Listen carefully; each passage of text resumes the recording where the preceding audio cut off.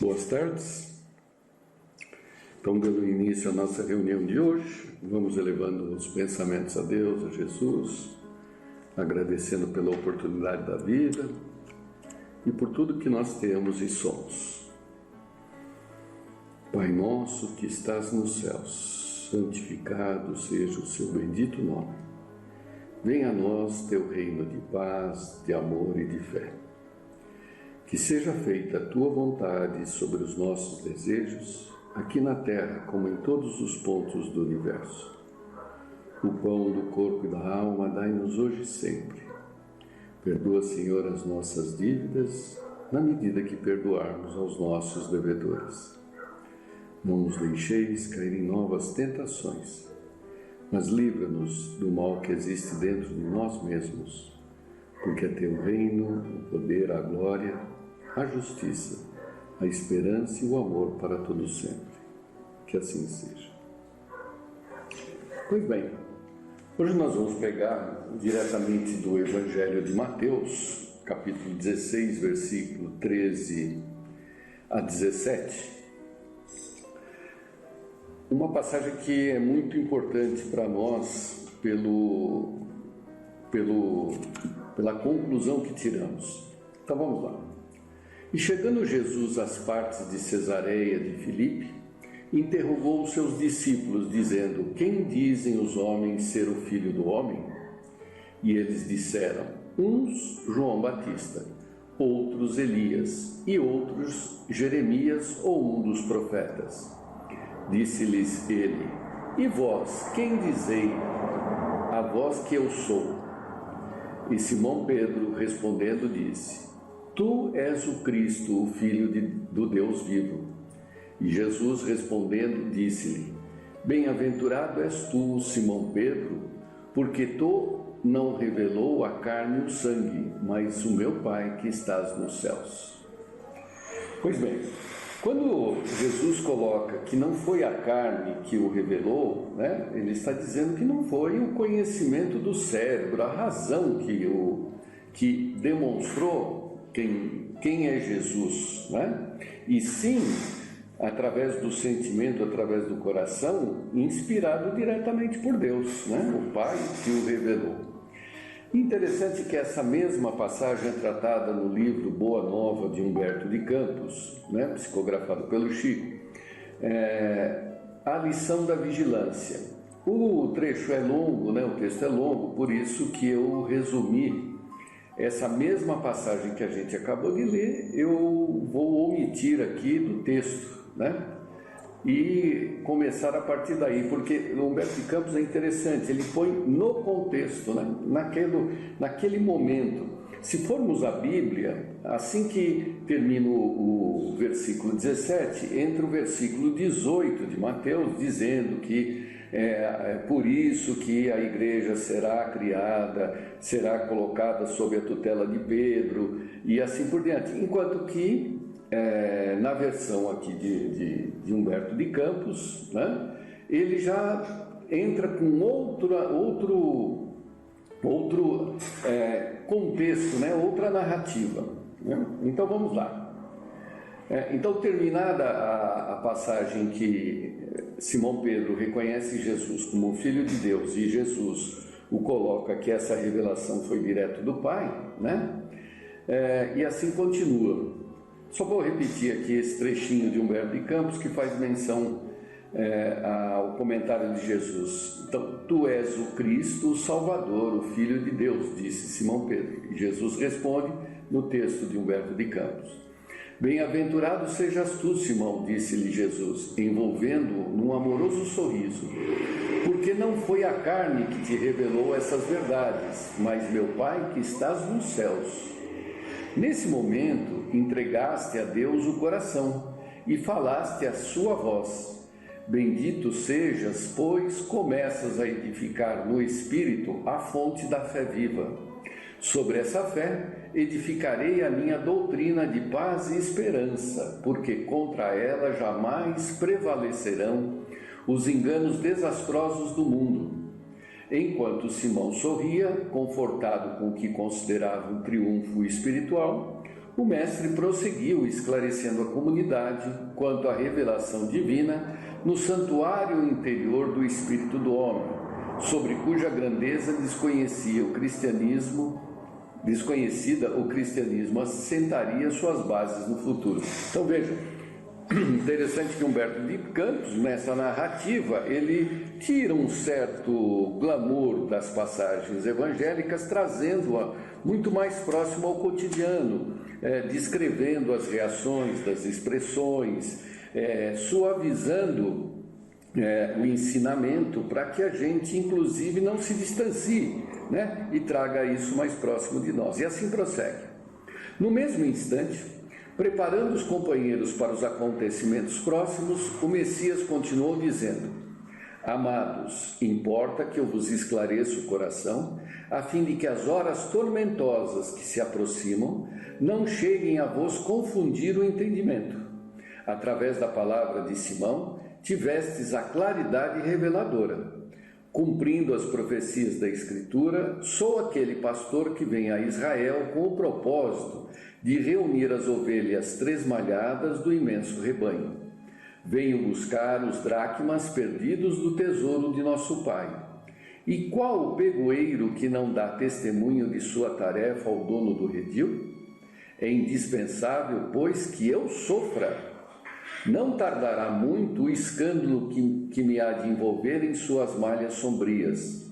Faz-se mistério o cumprimento da palavra dos grandes instrutores da revelação dos céus, que me precederam no caminho.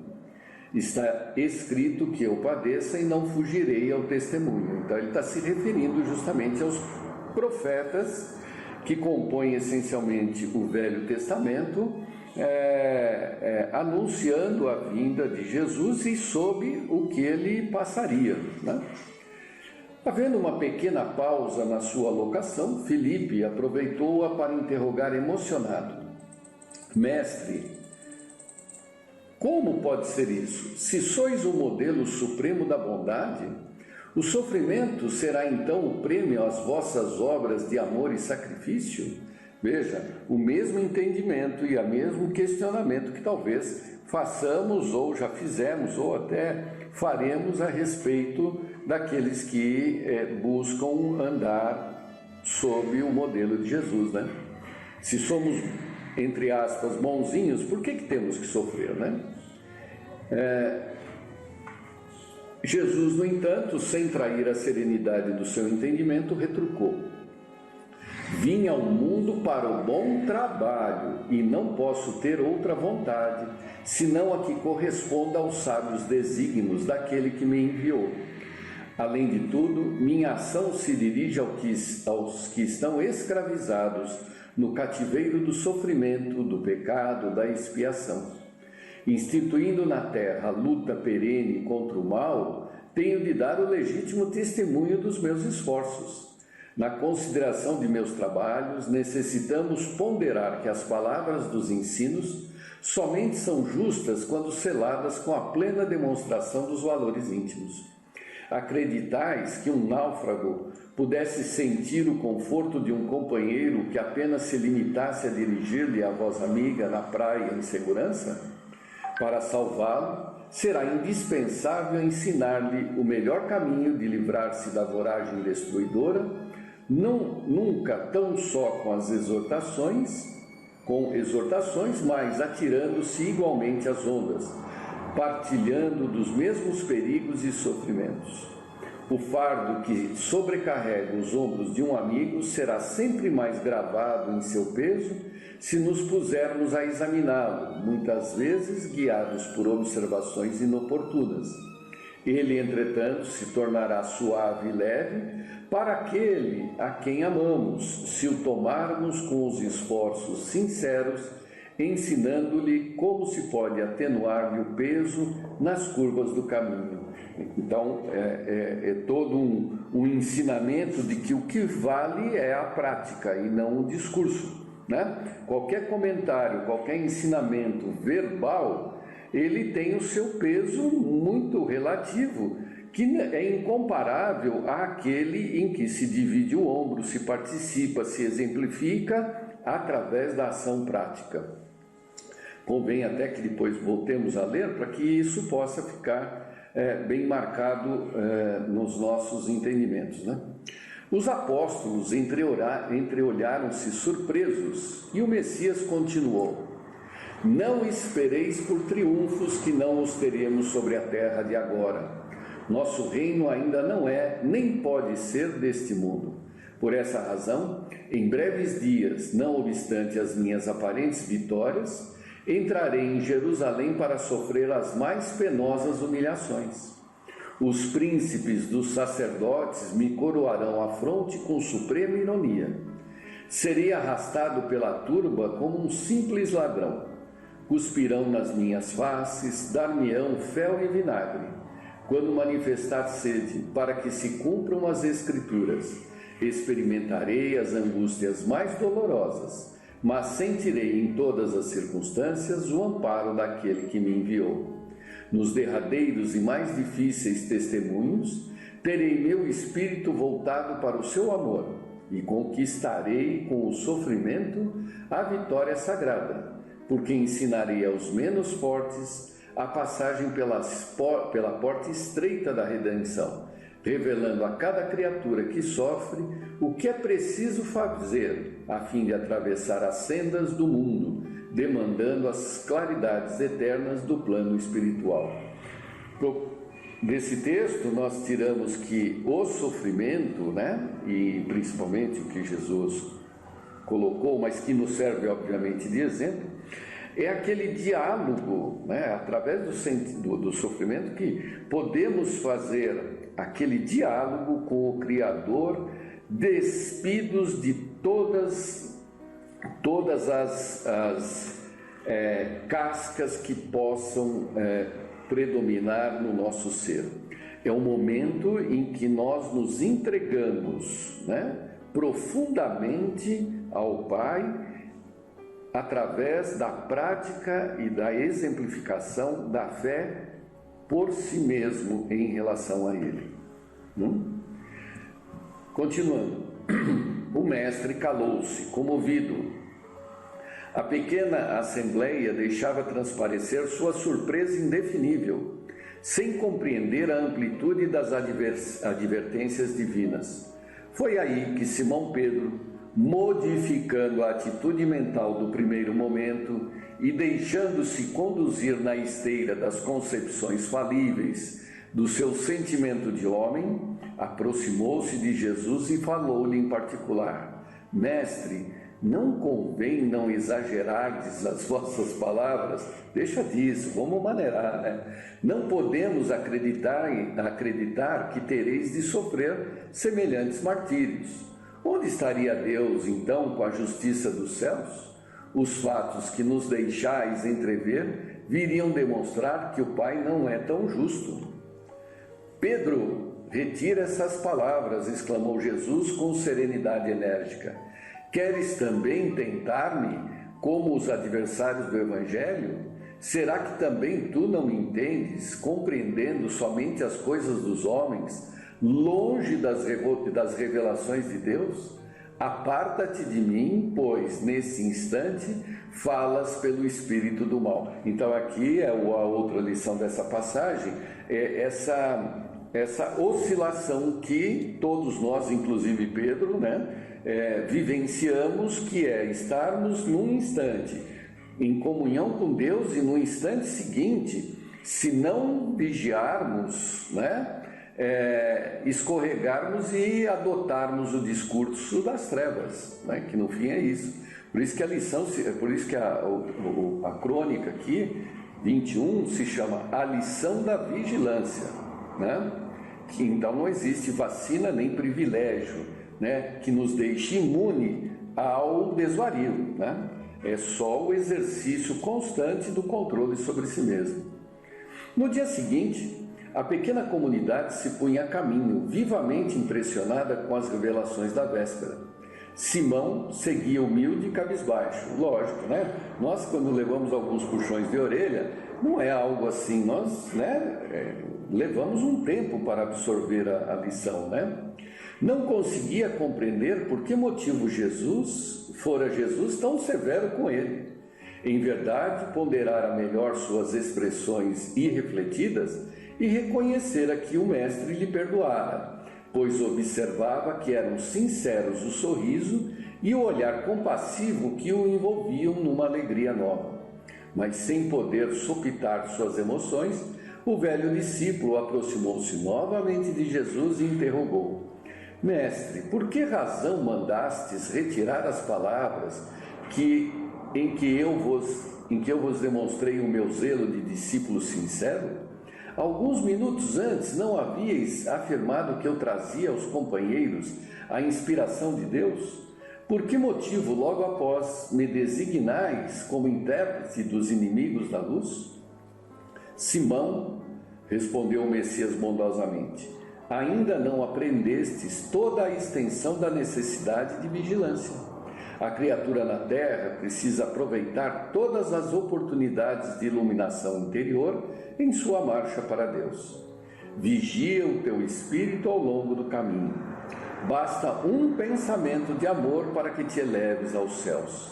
Mas, na jornada do mundo, também basta às vezes uma palavra fútil ou uma consideração menos digna para que a alma do homem seja conduzida ao estacionamento e ao desespero das trevas, por sua própria imprevidência. Nesse terreno, Pedro, o discípulo do Evangelho terá sempre imenso trabalho a realizar, porque pelo reino de Deus é preciso resistir às tentações dos entes mais amados na terra, os quais, embora ocupando o nosso coração, ainda não podem entender as conquistas santificadas do céu. Acabando o Cristo de falar, Simão Pedro calou-se e passou a meditar. É justamente o que nós devemos fazer, né? Interessante que nesse final do comentário, né, das palavras de Jesus dirigidas a Pedro, ele coloca, né, de uma forma bem tranquila, a serenidade que devemos manter em relação às atitudes daqueles que amamos e convivem conosco, né? Que mesmo existindo esses sentimentos, isso não é um passaporte para que a gente não deixe de vigiar e não deixe de ter controle sobre as próprias reações, né?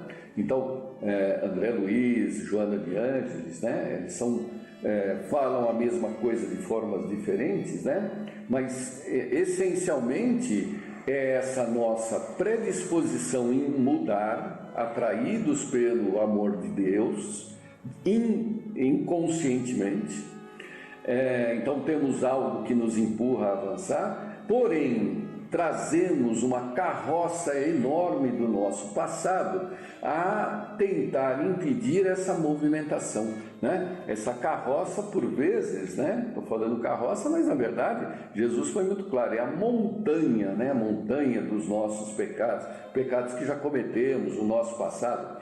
Mas então é uma luta entre o que trazemos de experiências que são difíceis, em luta com a nossa predisposição de mudar por sermos atraídos por Deus, né? E esse esforço, não vamos nem chamar de luta, esse esforço exige vigilância para que sempre predomine a minha predisposição momentânea, preterindo as coisas e reações do passado. Muito bem, prazer em revê-los, boa semana a todos e que fiquem com Deus.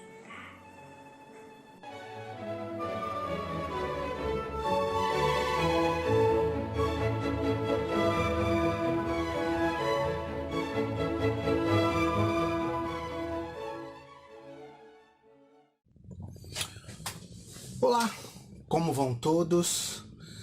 Nós vamos dar sequência nessa palestra ao estudo feito sobre o desencarne do Sr. Samson. Nós estamos aí fazendo vários vídeos tratando principalmente do momento do desencarne, da preparação do desencarne e da cerimônia de enterro do Sr. Samson e das evocações que Allan Kardec faz e os membros da Sociedade de estudos espíritas de Paris fazem para saber qual a situação do Sr. Samson logo após a morte, né? Nós começamos isso com a morte de um justo, que é uma mensagem de um espírito falando sobre a morte do Sr. Samson. Demos continuidade com uma carta que o Sr. Samson escreve a Kardec solicitando que ele seja evocado o mais breve possível, ainda logo a seguir da sua morte, e isso é feito, né? O Sr. Samson ele é evocado 2 dias depois de morto, ainda no processo do funeral, né? Ali na Câmara Mortuária, que a gente leu e conversou a respeito disso no nosso último vídeo, do dia 25, né? E agora a gente vai tratar um pouco do discurso que Kardec faz ali do lado mesmo do túmulo onde o Sr. Samson está sendo sepultado. O Sr. Samson era um membro da Sociedade de Estudos Espíritas de Paris, né? E o objetivo é saber como a morte afeta a capacidade de reconhecimento dele, mas também o nosso principal objetivo é mostrar que você não precisa necessariamente ser uma pessoa muito notável, ter uma obra gigantesca para ser um espírito feliz, né? No desencarne e durante a vida. Então é esse que é o objetivo. O objetivo é mostrar que se a gente cumprir com os nossos deveres, se a gente fizer as coisas que a gente deve fazer com relação ao próximo, amor ao próximo, o respeito às leis e à sociedade, o respeito ao ser humano, né, o respeito à natureza, se a gente se esforçar por fazer o nosso trabalho bem feito, por levar para as pessoas mensagens de otimismo, que isso também conta como uma boa obra, né? E que isso também conta como uma forma de nos tornarmos felizes no mundo dos espíritos. É esse que é o objetivo. Então a gente vai dar continuidade fazendo a leitura aqui do discurso do Sr. Allan Kardec no enterro do Sr. Samson, né? Esse discurso ele é bem longo, talvez a gente não consiga terminar ele nesse vídeo, mas a gente vai dar sequência no próximo vídeo com o restante desse discurso, porque ele é muito rico, né? Aliás, como tudo que Kardec faz, né? Sempre é muito gratificante a leitura. Então vamos lá. Kardec começa assim: Senhores e colegas da Sociedade Espírita de Paris, é a primeira vez que trazemos um colega à sua última morada. Este, a quem vimos dizer adeus, vós conhecestes e soubestes apreciar as suas eminentes qualidades.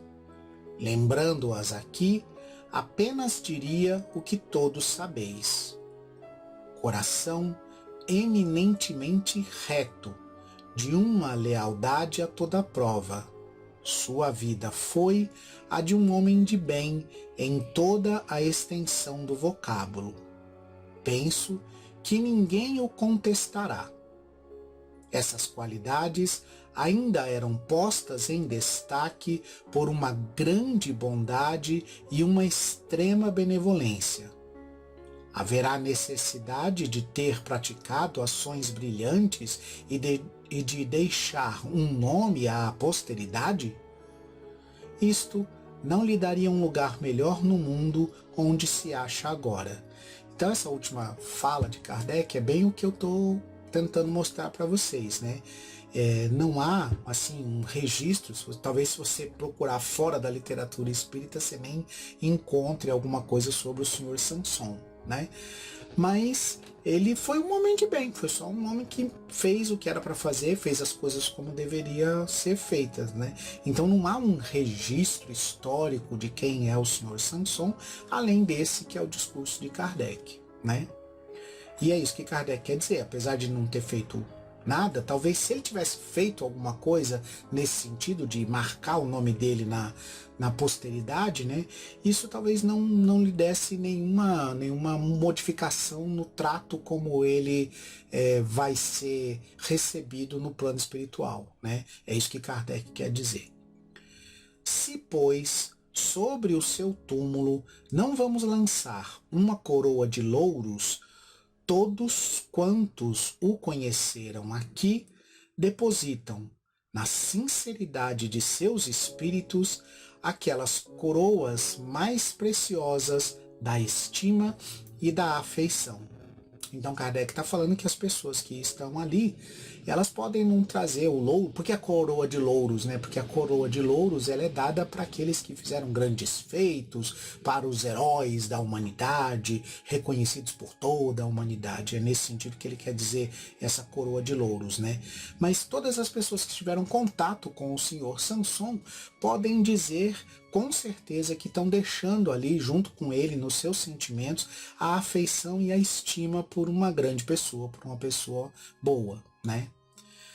Sabeis, senhores, que o senhor Sanson era dotado de uma inteligência pouco comum e de uma grande justeza de apreciação, ainda mais desenvolvida por uma instrução variada e profunda. De uma simplicidade patriarcal nos seus modos de vida, encontrava em seu próprio íntimo os elementos de uma atividade intelectual que aplicava em pesquisas, em invenções, certamente muito engenhosas, mas que, infelizmente, não lhe trouxeram resultados. Então essas invenções, essas engenhocas que ele fazia, nessas coisas engenhosas, não lhe trouxeram resultados no sentido de não terem sido talvez reconhecidas, não terem sido talvez trazido a ele, por exemplo, benefícios financeiros ou coisa parecida. Mas era um cara muito inteligente e que usava essa inteligência das formas mais profundas e variadas possíveis, né? Era um desses homens que jamais se aborrecem, porque sempre estão pensando em algo de sério. Conquanto sua posição o tivesse privado daquilo que faz a doçura da vida, seu bom humor jamais se alterava. Então ele está dizendo, ó, apesar dele não ter ficado rico, não ter feito nada assim de destaque, né? Ele estava sempre de bom humor, né? O humor dele jamais se alterava, né? Creio não exagerar dizendo que era o tipo do verdadeiro filósofo, não do filósofo cínico, mas daquele que sempre está contente com o que tem, sem se atormentar nunca pelo que não tem.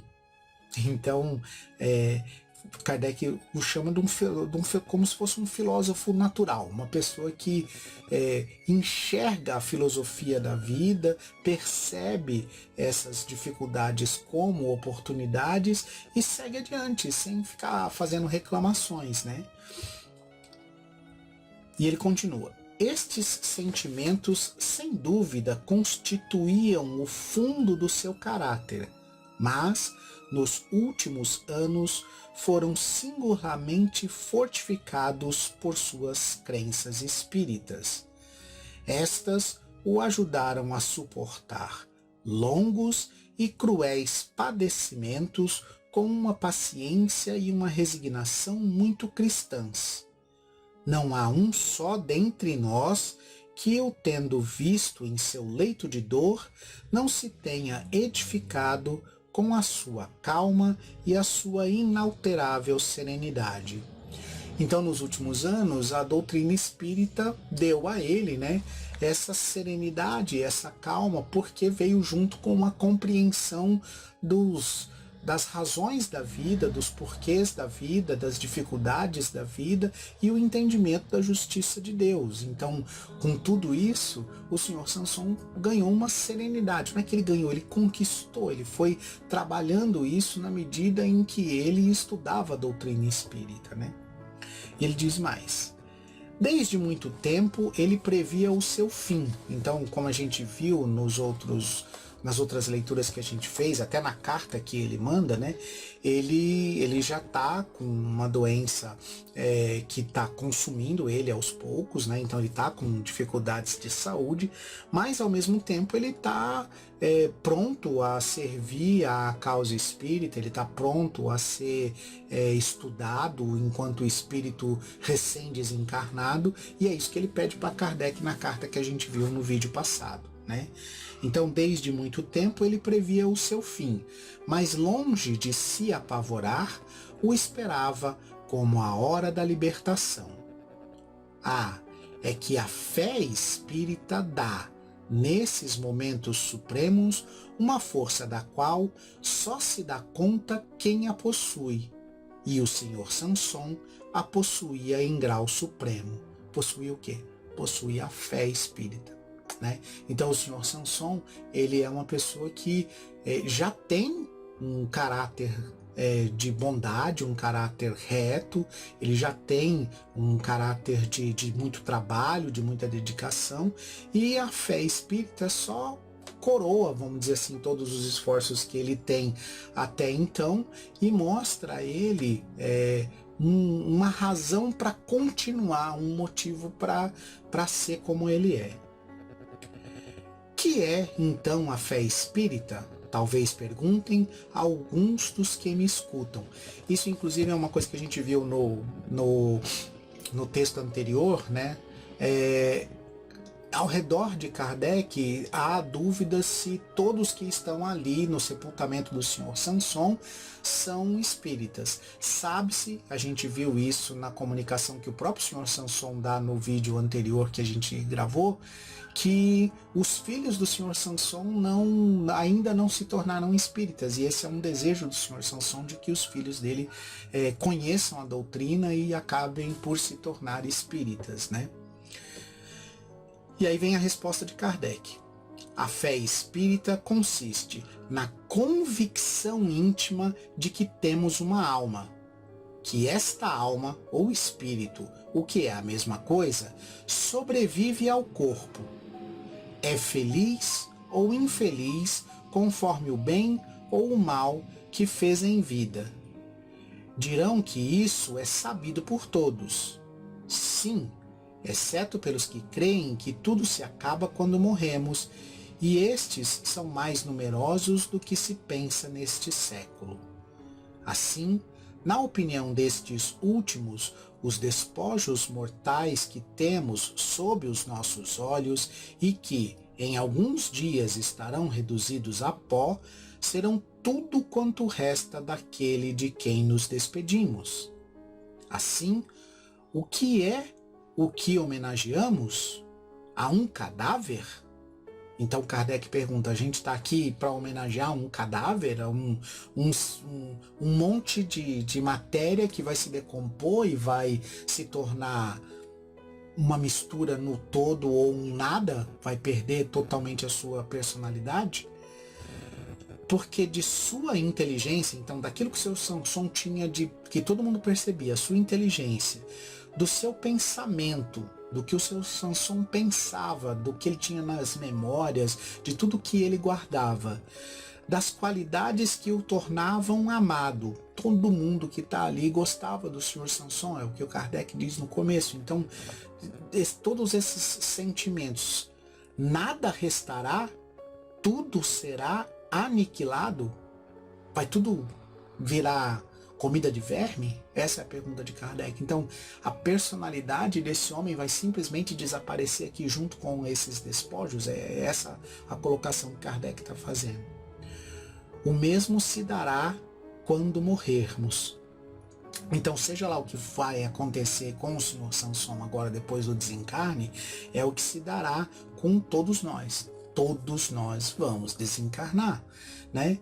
Mas a gente já viu na comunicação anterior que o próprio senhor Sanson dá ainda na Câmara Mortuária, que ele está lá, pleno, com todas as suas convicções, com os seus pensamentos, com as suas memórias. Ele está atendendo ao chamado que ele mesmo disse que gostaria de ser chamado. Então, naquele momento, Kardec já sabe que o senhor Sanson continuou, né? Que tudo aquilo que ele era continua no espírito dele. Na verdade, aquele despojo material é que está chegando ao fim, mas que o senhor Sanson continua porque o seu espírito continua, porque a sua alma continua. É esse o ponto que Kardec está colocando aqui. Essa ideia do nada que nos esperaria não tem algo de pungente e glacial? Então, se você considerar que o que resta de você é retornar ao nada, né? É que nada do que você sente, nada do que você tem na memória vai prevalecer, vai continuar, vai tudo desaparecer. Isso não tem pungente, é algo que dói, né? Algo que machuca. Isso não tem algo de pungente, isso não tem algo de, sei lá, de até lúgubre, né? E de glacial no sentido de gelado, de sem finalidade. Isso não te dá até uma certa angústia, se for assim mesmo? Eu prefiro dizer o seguinte: vamos imaginar que por qualquer motivo o espírito não vai, o que os caras tá certo é que o espírito não vai funcionar. Cara, eles não vão nem poder tirar o sarro da gente que acredita que o espírito vai continuar e que a gente vai estar lá depois da morte. Nem isso eles vão poder fazer, porque acabou. Morreu, sumiu, acabou. Só que pra gente que sabe que não é isso, né? Então, se você simplesmente olhar por esse aspecto, que é o aspecto do nada ou da continuidade, o nada termina. Não dá nem pra tirar o sarro e falar assim: você tava errado, não sobrou espírito, coisa nenhuma. Não dá nem pra fazer isso, porque não sobrou nada, nem de mim, nem de ninguém. Agora, se você pensar que pode sobrar alguma coisa, cara, e você que é materialista, que acha que não vai sobrar nada, se você tiver errado, só por essa pequena coisa já vale a pena você se preparar para a morte. Já vale a pena você imaginar que vai sobrar alguma coisa e que é melhor você se cuidar, né? Então, esse é o ponto de Kardec, né? Quem, em presença deste túmulo aberto, não sente um calafrio percorrer as veias ao pensar que amanhã talvez o mesmo lhe acontecerá e que, depois de umas pás de terra lançadas sobre o seu corpo, tudo estará terminado para sempre, que não mais pensará, não mais sentirá, não mais amará. Quem é que não fica pensativo com isso? Eu vou parando por aqui, o discurso é longo, a gente vai ter bastante vídeo aí pela frente para tocar o discurso todo, mas eu deixo vocês com esse pensamento, né? A morte, ela é inequívoca, ela vai acontecer para todos nós, né? Todo mundo tem certeza que vai morrer. E o que é que vai ser de cada um de nós se a gente não tiver feito o que deveria ter feito, né? Então, eu prefiro acreditar que a vida continua. Eu prefiro acreditar e eu tenho certeza absoluta de que tudo que eu sou vai continuar existindo e vai continuar evoluindo. Que todas as pessoas que eu amo, eu vou continuar amando. Só não vou ter o corpo físico aqui. Só isso, mais nada. Fiquem com Deus. A gente encerra esse estudo com a prece que Jesus nos ensinou, pedindo que todos vocês tenham saúde e paz, porque suportar as vicissitudes da vida faz parte, e ter um pouco de alegria também. Pai nosso que estais nos céus, santificado seja o vosso nome. Venha a nós o vosso reino. Seja feita, Pai, a tua vontade, na terra como nos céus. O pão nosso de cada dia dai-nos hoje.